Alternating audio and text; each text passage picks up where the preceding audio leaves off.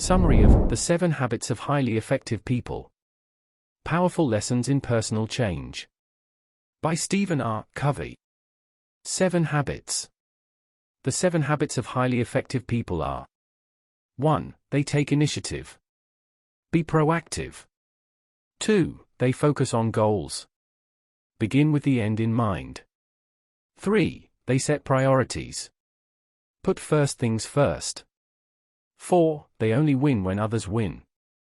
Think win or win. 5. They communicate. Seek first to understand, then to be understood. 6. They cooperate. Synergize.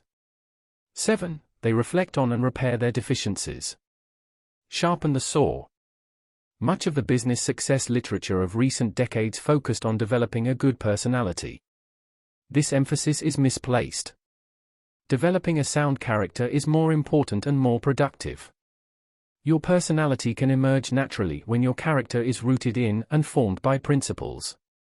Forcing yourself to display a personality that is inconsistent with your character is like wearing a mask. It is deceptive, manipulative, and ultimately destructive. To develop a sound character, you need a sound paradigm, a solid new way of seeing things. Before the theory of germs established a new paradigm, for example, surgeons didn't wash their hands. When patients died of infections, no one understood why. Sterile operating rooms came about as the result of a new paradigm, a new way of seeing how disease worked. Today, many people have a deterministic paradigm. They believe that their genetic makeup determines how they will act, or that their parents' failures permanently weakened their own chances and formed them irremediably, or that their environment or experience have curtailed their freedom to change. In fact, determinism is a paradigm. To forge a strong character, abandon determinism and accept a paradigm of freedom. This new paradigm allows you to see that you can change, that character is a habit, and that a habit is what you do consistently. Act consistently in a new way and you will form and become a new character. Certain basic principles and values make people more effective. They are fairness, equity, integrity, honesty, human dignity and worth, excellence, a spirit of service, patience, perseverance, nurturance, caring, courage, encouragement and the can-do attitude that recognizes boundless potential. The person whose character grows from these classic principles is a leader who, having mastered him or herself, can inspire and help others. Character is habit.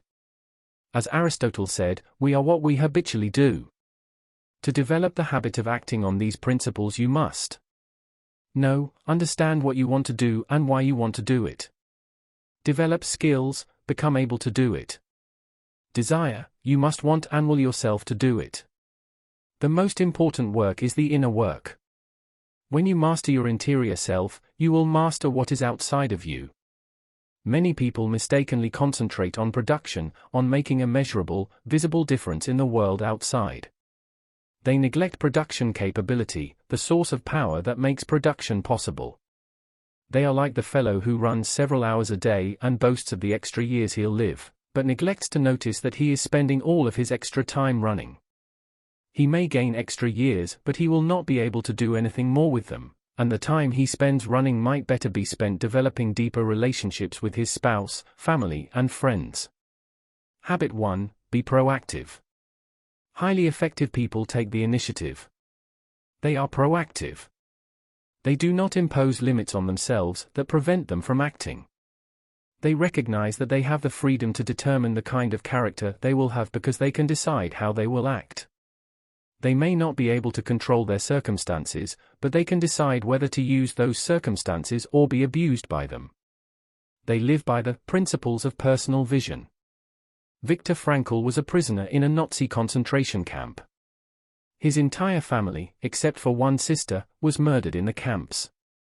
As horrific as his circumstances were, Frankl recognized that he was free, because he could decide how he would think and act in the midst of the horror. Even when he was a starving prisoner, he visualized himself lecturing in a classroom, telling students about the horror and what he learned from it. His mental discipline made him stronger than the camp guards. He inspired fellow prisoners and even some of the guards themselves. Frankl was proactive. He took the initiative and accepted responsibility for his fate. He recognized that fate was his to decide. He did not have the power to walk away from the camp, but he had the power to master it. Begin to be proactive by speaking the language of initiative and responsibility. Not, I can't do anything, but, let's think about some possibilities. Not, that's just me, but, I can change the way I am. Not, he drives me up the wall, but, I can choose how I'll let him affect me. Not, I can't or I have to, but, I will decide and I will choose. Proactive people operate in the realm of the possible. They see what they can do, and do it. By taking responsibility and acting, they expand the realm of the possible. They get stronger as time passes. They become able to do more and more. They begin by committing to change something interior, and may eventually change the world around them. Habit 2, begin with the end in mind. Think carefully about your goals. Many people spend a lifetime pursuing a goal that proves meaningless, unsatisfying, or destructive. You see them on the covers of tabloid magazines, rich, famous, busted for drugs, or watching their marriages fall apart. Power, money, and fame were the goals that they wanted and achieved, but at what price? Effectiveness is not just a matter of reaching a goal, but rather of achieving the right goal. Imagine yourself sitting in the back of the room at your funeral. Imagine what people could honestly say about you based on the way you are now. Do you like what you hear? Is that how you want to be remembered? If not, change it. Take hold of your life. Implement personal leadership.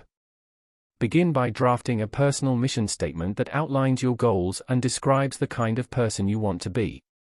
Think carefully about this mission statement. Examine yourself. See yourself as you really are. Are you self-centered? A workaholic? Money grubbing? Decide what you need to change and what you want to become. Write the statement. Make a commitment to yourself. Keep that commitment. Habit 3, put first things first. You have the power to change who you are, but that means changing how you act. Never let your most important priorities fall victim to the least important. Many people spend their time reacting to urgent circumstances and emergencies, and never invest the necessary effort to develop the ability to prevent emergencies, to exercise personal management. They confuse the important with the urgent. The urgent is easy to see. The important is harder to discern. Emphasize planning, avoiding pitfalls, developing relationships, cultivating opportunities, and getting adequate recreation.